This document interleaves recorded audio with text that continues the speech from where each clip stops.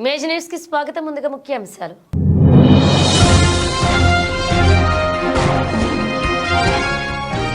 Bendapudi ZPHS స్కూల్లో star pitch innovation సంస్థ నిర్వహిస్తున్న పంచ్ పతాక ఛాలెంజ్ ఎగ్జామ్.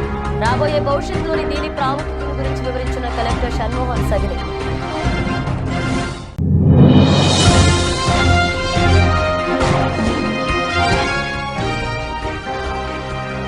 కలువపూర్ సెంటర్ వద్ద కారు ద్విచక్ర వాహనంపై ఏడిద గ్రామానికి చెందిన ఇద్దరు వ్యక్తులకు తీవ్ర గాయాలు.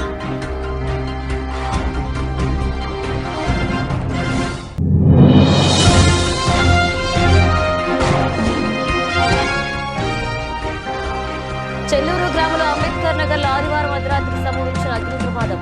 కట్టుబట్టలతో రోడ్డుపై నిలిచిన కుటుంబం.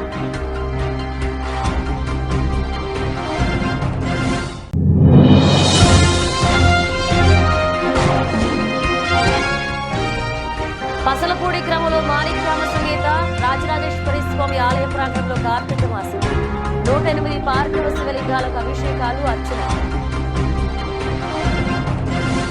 కాకినాడ జిల్లా బెండపూడి జెడ్పీహెచ్ఎస్ స్కూల్లో స్టార్ పిచ్ ఇన్నోవేషన్స్ సంస్థ నిర్వహిస్తున్న పంచ్ పటాక ఛాలెంజ్ ఎగ్జామ్ను విద్యార్థులకు ప్రాక్టికల్గా చూపించారు. ఈ చారిత్రాత్మక ప్రయోగం ద్వారా విద్యార్థులు రియల్ టైంలో STEM పరీక్షను పొందడం మొదటిసారిగా సుసాధ్యమవుతుందని కాకినాడ జిల్లా కలెక్టర్ షణ్మోహన్ సగిలి అన్నారు.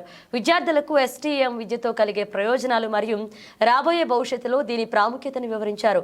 రోబోటిక్స్ వంటి సాంకేతిక విభాగాల్లో విద్యార్థులు నైపుణ్యాలను అభివృద్ధి చేసుకోవడం ద్వారా వారు భవిష్యత్ ప్రపంచానికి సన్నద్ధమవుతారని అన్నారు.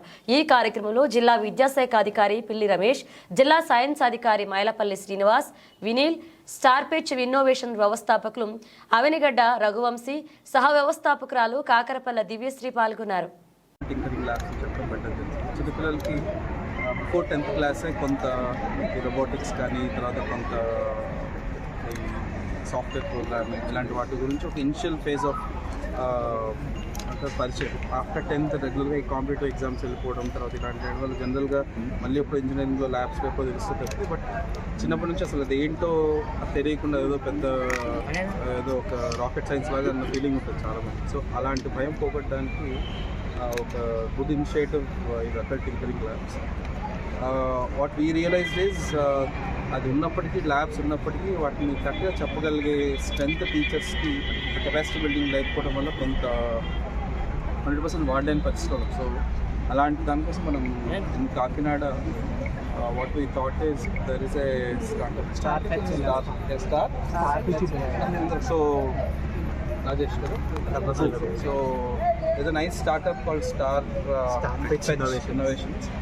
So what I was thinking is they also are into training kids for robotics and also tinkering labs లో కూడా since they are into professionals మనం టీచర్స్ ఎంతవరకు ఫోకస్ చేసినా చేయలేకపోయినా ఒక ప్రొఫెషనల్గా అలాంటి క్లాసెస్ రన్ చేస్తే కొంచెం పిల్లలకి ఉపయోగపడుతుంది. అట్లీస్ట్ 30-40 చిల్డ్రన్ ఎవ్రీ స్కూల్ అట్లా వేరెవర్ ల్యాబ్స్ ఉన్నాయో వాళ్ళకి ఉపయోగపడుతున్న ఉద్దేశంతో we thought of doing one demo class ఇవాళ.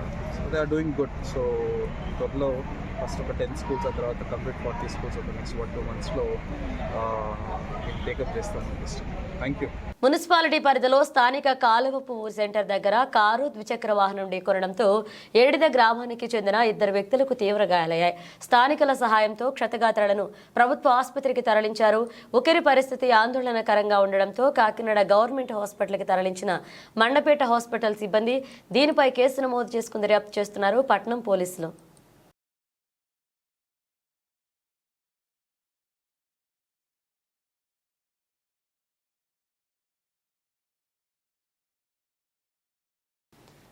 తిరుపతి జిల్లా వాకాడు మండలం నెల్లిపూడి పంచాయతీలో స్వర్ణముఖి నదీ తీరాన వెలసి ఉన్న జలసిద్ధేశ్వర స్వామి ఆలయం పూర్తిగా శిథిలావస్థకు చేరుకుంది.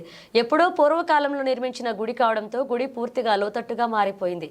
వర్షం వస్తే గర్భగుడి నీటితో నిండిపోతుందని, శివలింగం పూర్తిగా మునిగిపోతుందని గ్రామస్తులు ఆందోళన వ్యక్తం చేస్తున్నారు. జలసిద్ధేశ్వర స్వామి ఆలయం కింద దాదాపు 14 ఎకరాల సాగు భూమి మరియు సుమారు 15 లక్షల మూలధనం ఉన్నట్లుగా గ్రామస్తులు చెబుతున్నారు. శివాలయంకి వెళ్లాలి అంటే సరైన మార్గం మార్గం కూడా లేదు. వర్షం వస్తే పూర్తి స్థాయిలో రోడ్డు బురదమయంగా మారుతుందని గ్రామస్తులు చెప్తున్నారు. ఇప్పుడు కార్తీక మాసం కావడంతో నెల్లిపూడి గ్రామ ప్రజలు దీపధూప ఆరాధన చేసుకోవాలన్నారు. అక్కడికి వెళ్లే పరిస్థితి లేదని, కనీసం పర్వదినాలలో కూడా దేవునికి నైవేద్యం పెట్టుకోవాలన్నా కుదరడం లేదని గ్రామస్తులు వాపోతున్నారు. ఇప్పటికైనా ఎండోమెంట్ అధికారులు నెల్లిపూడి పంచాయతీలోని శివాలయం పరిస్థితిని విజిట్ చేసి రాష్ట్ర దేవాదాయ శాఖ మంత్రి వర్యులు ఆనం రామనారాయణ రెడ్డి దృష్టికి తీసుకువెళ్లి ఇక్కడ నూతన శివాలయం ఏర్పాటుకు కృషి చేయాలని నెల్లిపూడి గ్రామస్తులు కోరుతున్నారు. వెంగరెడ్డిపాలెం మాకు రోడ్డు లేదు, కొత్త గుడి లేదు, గుళ్ళేకి నీళ్ళు వెళ్తున్నాయి, దేవుడు మునిగిపోతున్నాడు, దర్శనం ఇయటం లేదు, పూజలు చేసుకోవాలా, పూజ చేసుకునే దానికి కూడా రావటం లేదు. రోడ్డు కూడా బాగలేదు, రోడ్డు బాగలేదు. మాది నెల్లిపూడి గ్రామం, నెల్లిపూడి పంచాయతీ అండి.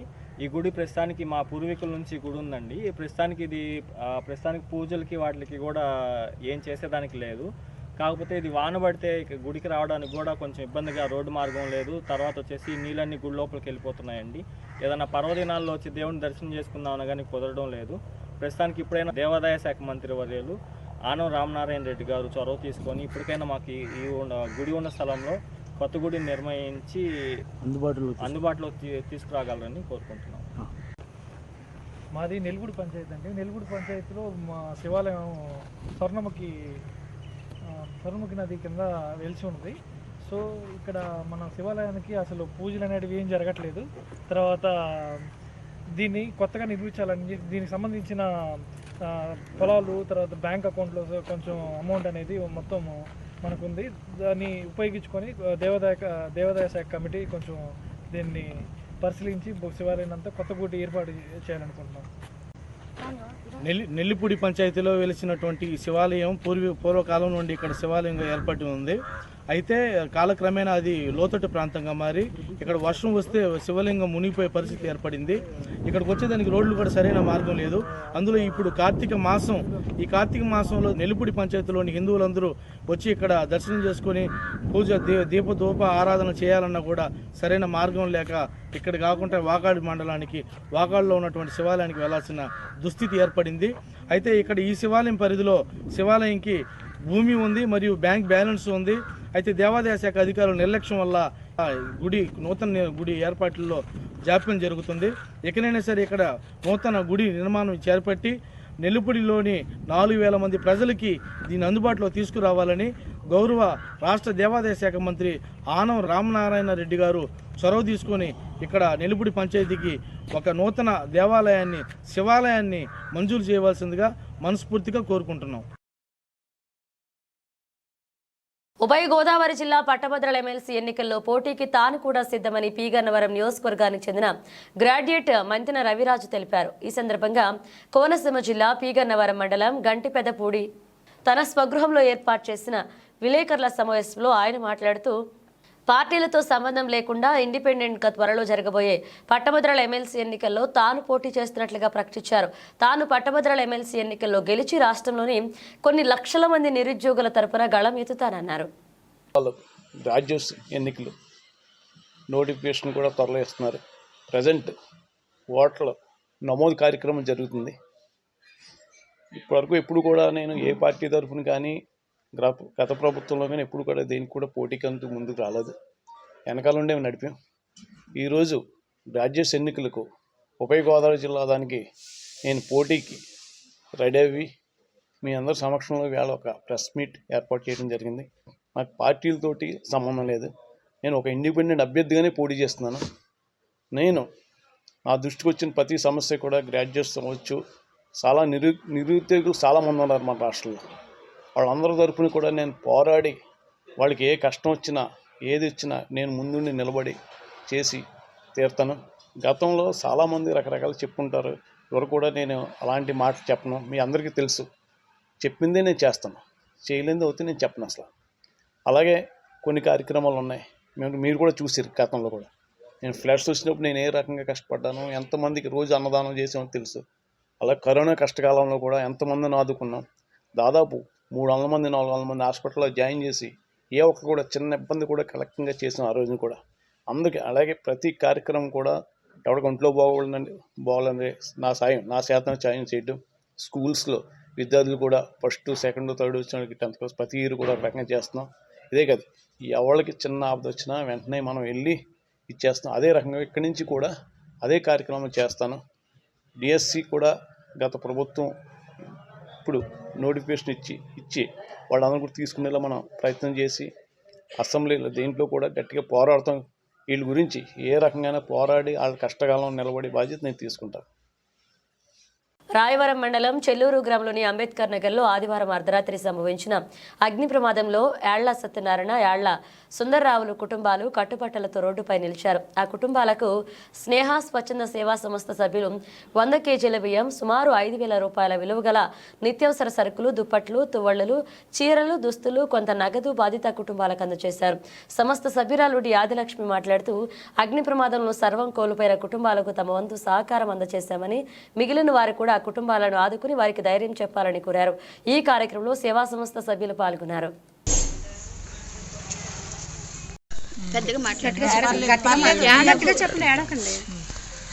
ఇల్లు కాలిపోయిందండి. మా పరిస్థితిని చూసి మాకు కూరగాయలు, బట్టలు 2,000 రూపాయలు ఇచ్చారండి. పప్పులు, బియ్యం కూడా ఇచ్చారండి.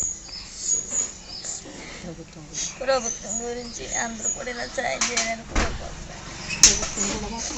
ప్రభుత్వం కూడా మాకు సాయం చేయాలని కోరుకుంటున్నాను.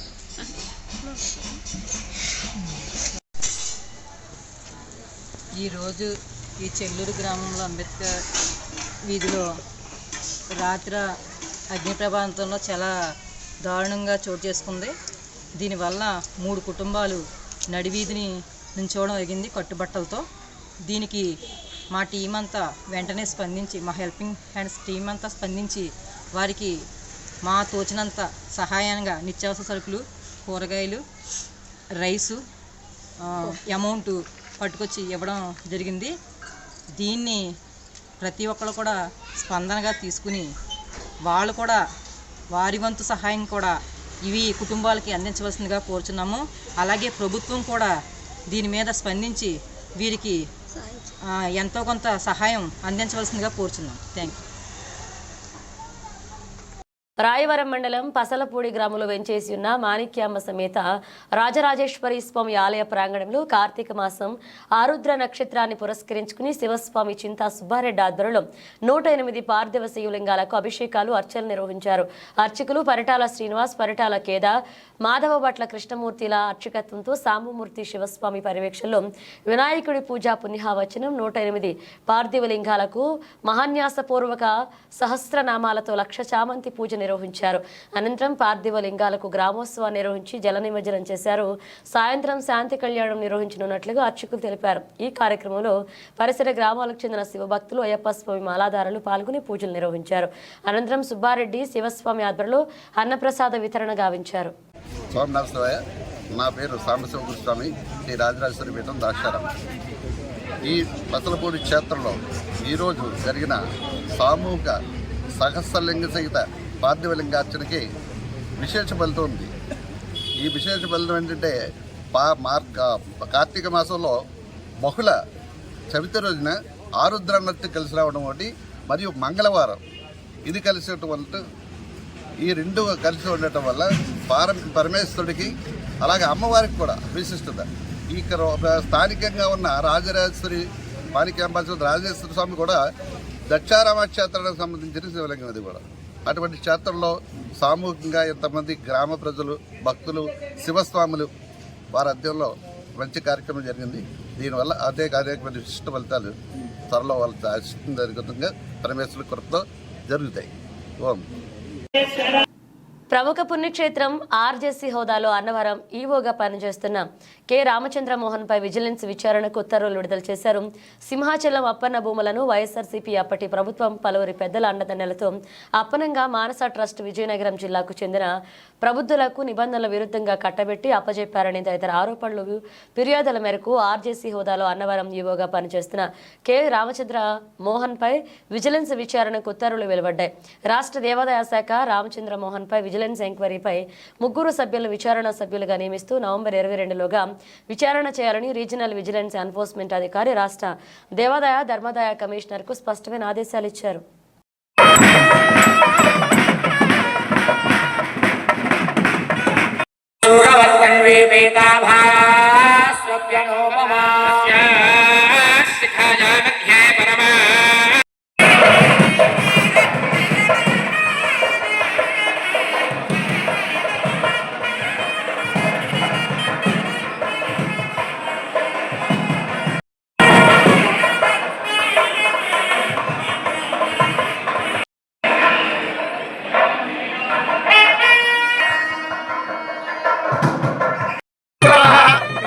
డిసెంబర్ 1వ తేదీన బాలల కథారచన పోటీలు బాలమందిరం మాధవపట్నం గోదావరి బాలోత్సవం రాజమహేంద్రవరం సంయుక్త ఆధ్వర్యంలో ఉమ్మడి తూర్పు గోదావరి జిల్లా స్థాయి బాలల కథా రచన పోటీలు డిసెంబర్ 1వ తేదీ ఆదివారం నిర్వహిస్తున్నట్లుగా నిర్వాహకులు తెలిపారు.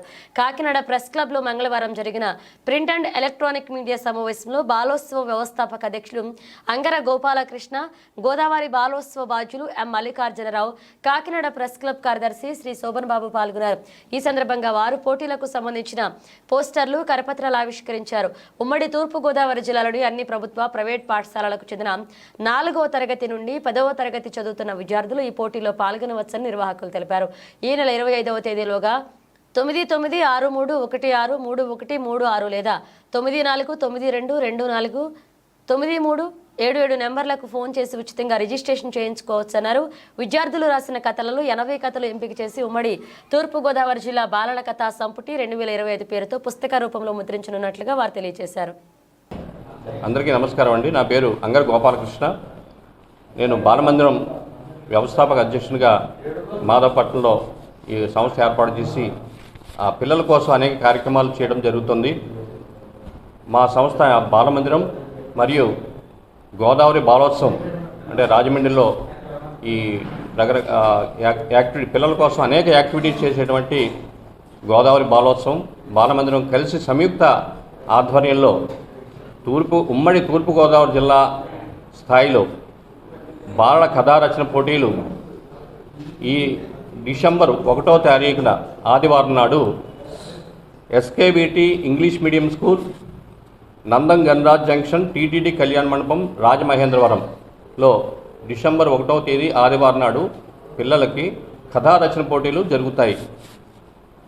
ఆ కథారచన పోటీల్లో 4వ తరగతి నుంచి 10వ తరగతి వరకు తెలుగు మరియు ఇంగ్లీష్ మీడియం, ప్రైవేట్ మరియు గవర్నమెంట్ స్కూల్స్ ఎవరైనా పాల్గొనవచ్చు. తెలుగులో మాత్రమే ఈ కథారచన చేయవలసి ఉంటుంది. సేకరించిన కథలు లేదా సొంతంగా రాసిన కథలు కూడా ఇక్కడ రాసే అవకాశం ఉంది. 2 విభాగాల్లోనూ ఉంటాయి, కానీ ఒక కథ మాత్రమే రాయాలి.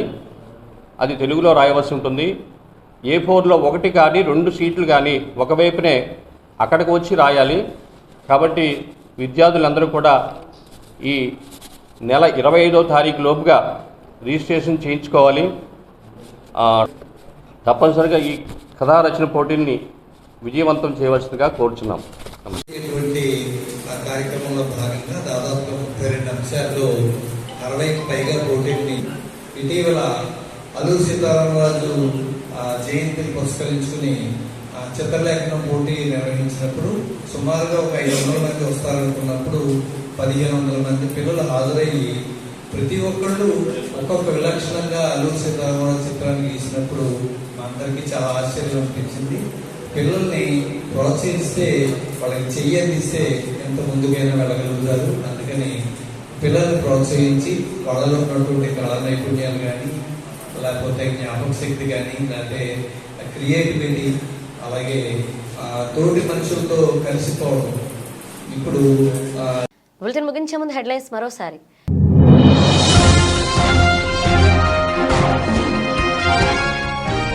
బెండపూడి జెడ్పీహెచ్ఎస్ స్కూల్లో స్టార్ పిచ్ ఇన్నోవేషన్ సంస్థ నిర్వహిస్తున్న పంచ్ పతాకా ఛాలెంజ్ ఎగ్జామ్. రాబోయే భవిష్యత్తులోని దీని ప్రాముఖ్యతను గురించి వివరించిన కలెక్టర్ షణ్మోహన్ సగిరి.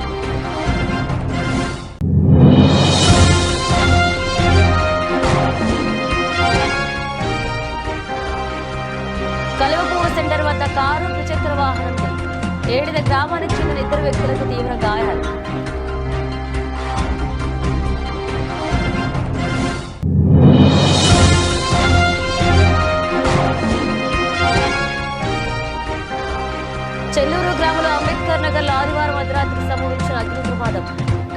పిల్లలతో రోడ్డుపై నిలిచిన కుటుంబం.